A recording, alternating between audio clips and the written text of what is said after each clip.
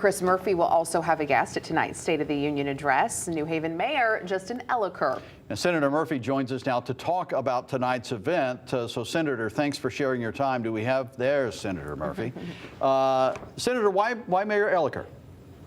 Well, Mayor Elicker's a good friend. I think he's doing a great job in New Haven. And obviously, we've been in a pretty deep partnership with our cities in Connecticut as we recover from COVID. There are a lot of kids in New Haven that are way behind because of the time they spent out of school and the trauma of going through the pandemic, and we're doing our best to get them back up to speed. We've got a gun violence epidemic all over the country that's worse in our cities that we're trying to tackle.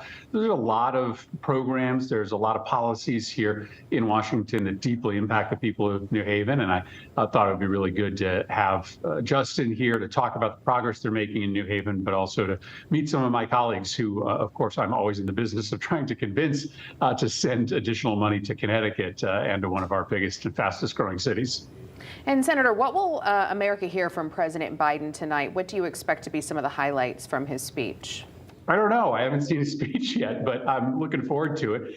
Listen, I think it'll be a lot about the fact that Congress has worked pretty well together across the aisle in the last 2 years. I mean, big bipartisan pieces of legislation passed over the past 2 years. The gun violence bill that I helped write, the bipartisan infrastructure bill, legislation guaranteeing the right to marriage in this country, support for veterans. I think he knows that it's going to be tougher to get that bipartisan agreement with Republicans and some pretty radical Republicans in charge of the House of Representatives, but I think you'll hear him ask for more of Republicans and Democrats coming together to try to tackle big issues.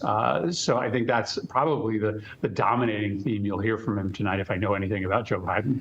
Which leads right into my next question. This time around, the president having to factor in a Republican-controlled House. Will that have a bearing on how he lays out his agenda for the next year tonight?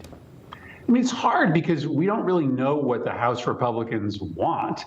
And so it's hard to craft an agenda when you don't know what one of your sort of primary partners wants out of the relationship. So obviously the Republican caucus in the House had a really hard time picking their leader, and they've had a hard time, setting an agenda.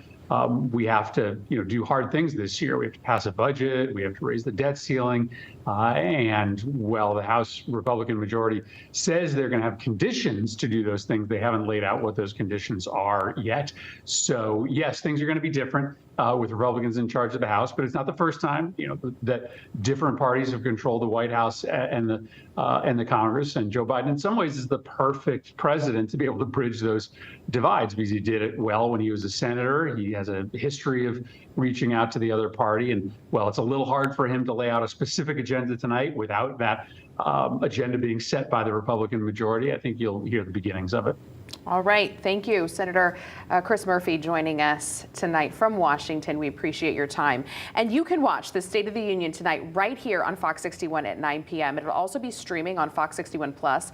Then stick with us for the news at 10, and then that's happening right after the address.